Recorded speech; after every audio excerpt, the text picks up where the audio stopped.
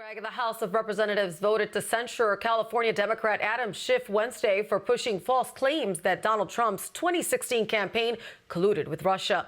The resolution passed on a party line vote with 6 members voting present. Schiff, who is running for Dianne Feinstein's Senate seat, said this. This is a badge of honor driven by extreme MAGA members of the House and Donald Trump threatening Republicans with retaliation if they don't vote on this bogus resolution.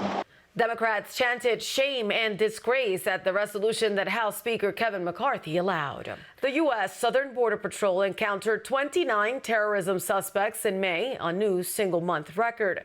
Customs and Border Protection agents have reportedly caught 125 individuals on the terrorist watch list since fiscal 2023 began in October.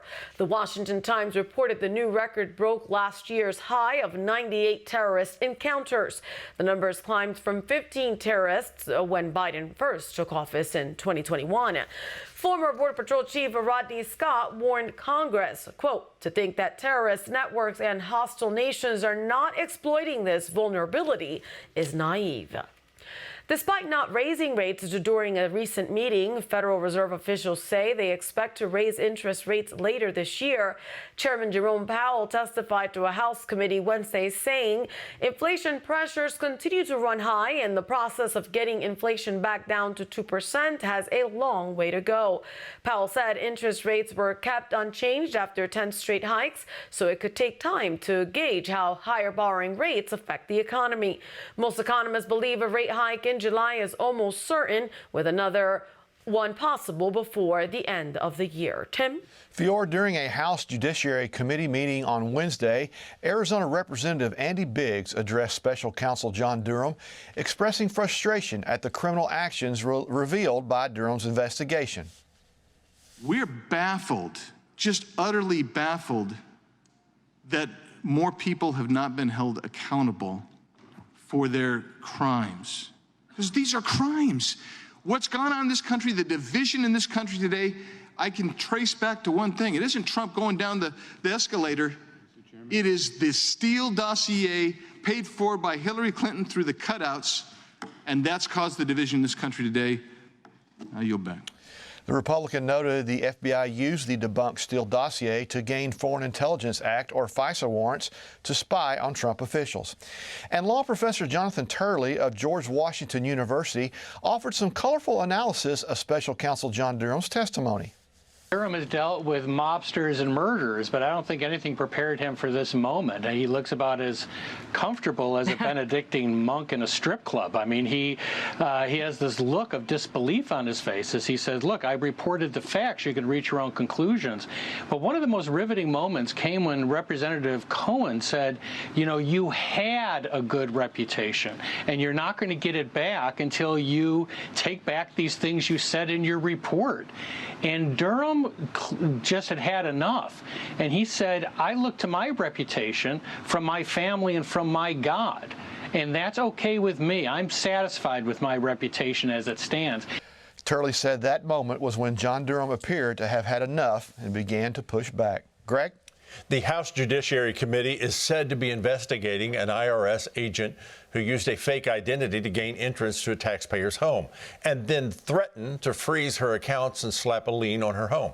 The incident reportedly occurred April the 25th of 2023 in Marion, Ohio. The agent identified himself as Bill House, with the criminal division claiming estate taxes had not been properly filed, resulting in significant amount due. After the taxpayer provided proper estate filings, the agent changed his story, pointing to several delinquent tax returns. The woman then called her attorney, who requested the agent leave. The agent aggressively responding, quote, I am an IRS agent. I can be at and go into anyone's house at any time I want to be, end quote. The woman also notified the police, who discovered the agent had used an alias to approach the taxpayer. Judiciary Committee Chair Jim Jordan is seeking more information from the IRS Commissioner Daniel Werfel, including the reason for the field visit in the first place. Right now, let's talk with constitutional attorney, Victory News contributor KrisAnne Hall. KrisAnne, welcome. Thank you so much. Okay, I know you're ready for this one. What do you make? Are you ready? What do you make of an IRS agent in Ohio entering a woman's house under false identity and then intimidating and threatening her? Well, you know, really, this is what happens. These are the consequences of an arbitrary, unchecked federal government. And this is what happens when decades of generations have been deceived into believing that their only control over government is elections. And so what we have is a situation where this woman should have demanded that this IRS agent be removed from her home by the local law enforcement and trespassed to never come back to our house. We have a right to trespass anyone from our property, including government agents, when they are not acting within the limits of the law and the Constitution. Yeah, I think it's one of the first four, maybe the fourth one that talks about in our Constitution that protects us. I was stunned. I have the right to go into any house. I'm like, yeah, okay, come on over to my house. I'll give you my address. We'll see how that works.